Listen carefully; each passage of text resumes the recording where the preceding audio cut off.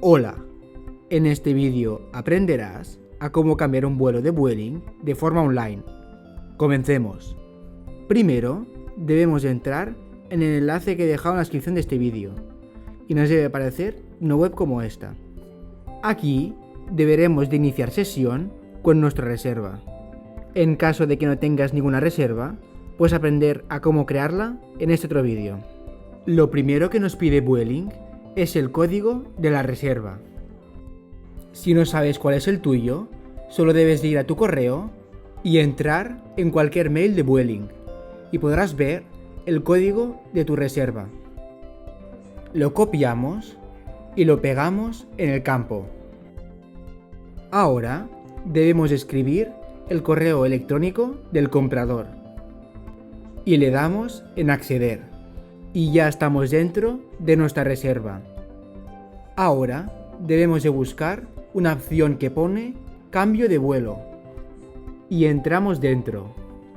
Recuerda que Vueling te deja cambiar el vuelo hasta 2 horas antes de su salida.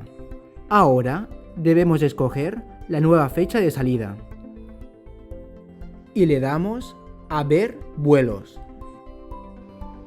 Aquí nos aparecerán las opciones disponibles.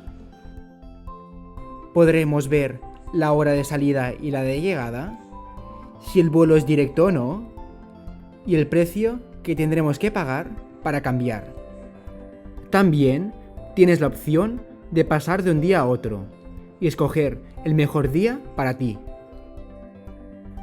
Cuando ya tengas clara la opción, seleccionamos el vuelo y le damos a continuar.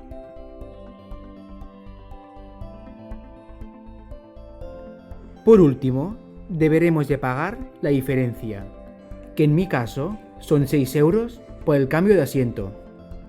Introducimos los datos de la tarjeta bancaria y le damos a pagar ahora.